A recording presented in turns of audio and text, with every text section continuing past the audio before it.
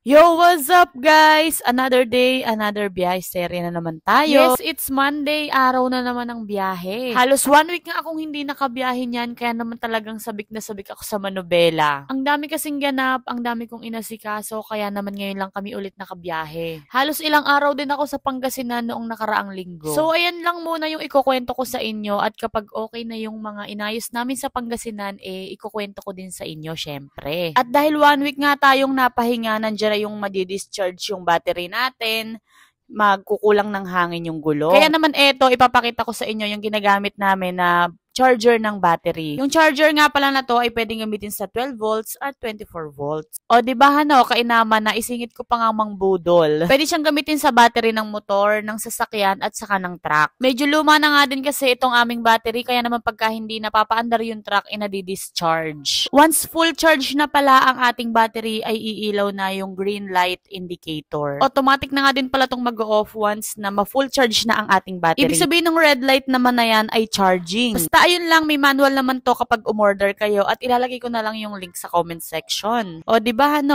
naisingit ko pang mambudol sa vlog. At nung okay na yung battery, dito naman tayo, magpa-check tayo ng gulong. Dito na nga pala kami nagpadagdag ng hangin sa JCJS Vulcanizing Shop. Located nga lang pala ito sa Pulong Bayabas, San Miguel, Bulacan. Sobra nga ang init niyan, kaya naman kailangan talaga nagsa-sunscreen tayo or sunblock. O diba, nag-skincare din ang mga driver. Shower out nga pala dito sa mga nakasabay namin sa Vulcanizing Shop. At nung okay na nga yung gulong, okay, biyahe na ulit tayo. At nung huminto na nga pala kami dito sa Kamyas niyan, naghintuan na din po kayo. Kaya naman nakakatuwa at nakakataba ng puso dahil talagang napaka-solid ng suporta nyo. Alam nyo naman ang ruta namin na kapag nagkakarga kami ng white sand or ng vibro, dito sa may Candaba ang aming daan. Para sa amin, mas malapit dito at iwas na sa traffic. Tapos, syempre, hindi na kami magbabayad ng NLEX kesa sa Pulilan pa kami dadaan. Sa mga naghahanap po sa akin, kapag nakita nila yung giga na pula, pasensya na po, minsan wala kami talaga. Yung mga biyahe kasi namin,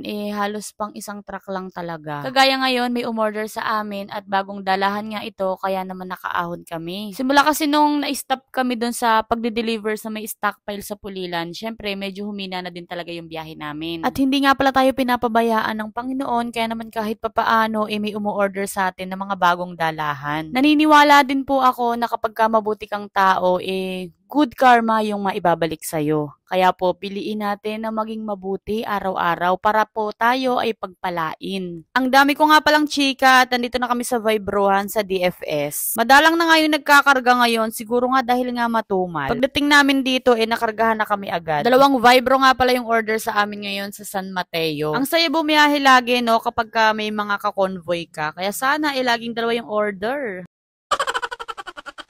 Matindi nga pala yung traffic na pinagdaanan namin dyan. Mula Clark yan hanggang Dao yata, kaya naman pala may aksidente.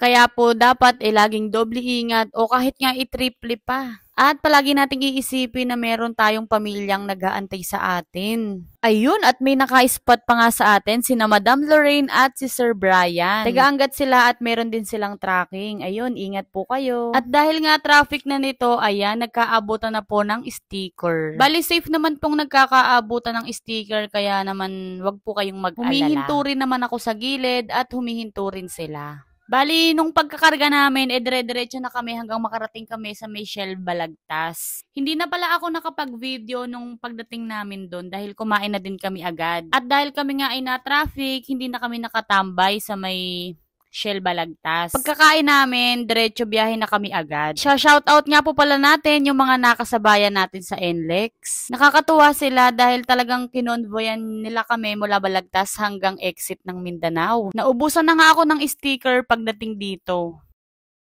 Ubus na! Malas din! At nung huminto na nga kami dito sa may Mindanao exit, naghintuan na din sila para manghingi nga ng sticker.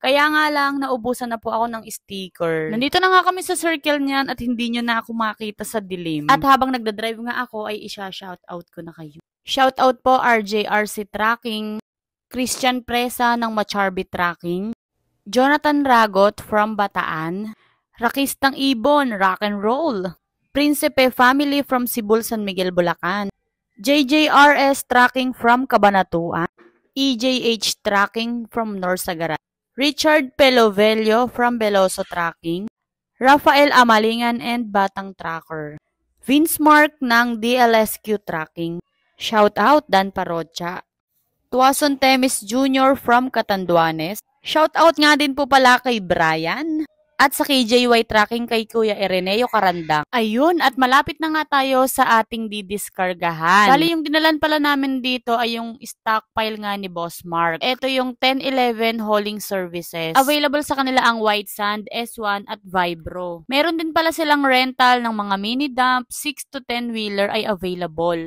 At pati ang loader at backhoe available din sa kanila. Pwede kayong mag-rent.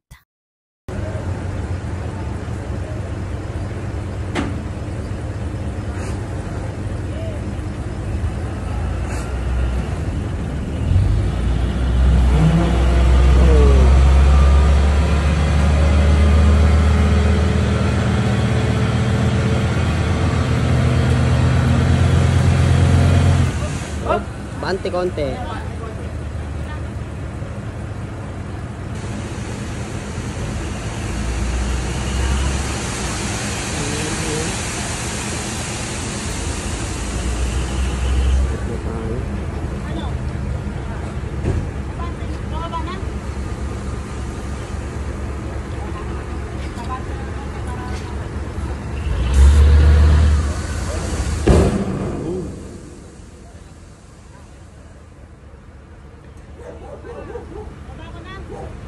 Okay na ba?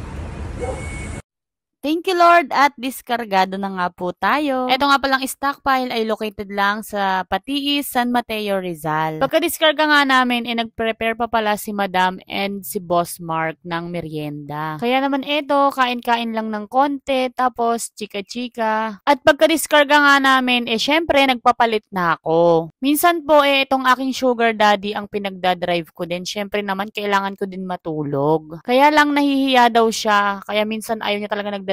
Gusto niya puro ako lang. Sabi ko ay hindi naman po pwedeng puro ako lang. Nahihiya siya kasi minsan may nagvi-video tapos ang makikitang nagdadrive siya. Yun lamang muna po for today's vlog. Thank you for watching. Bye-bye.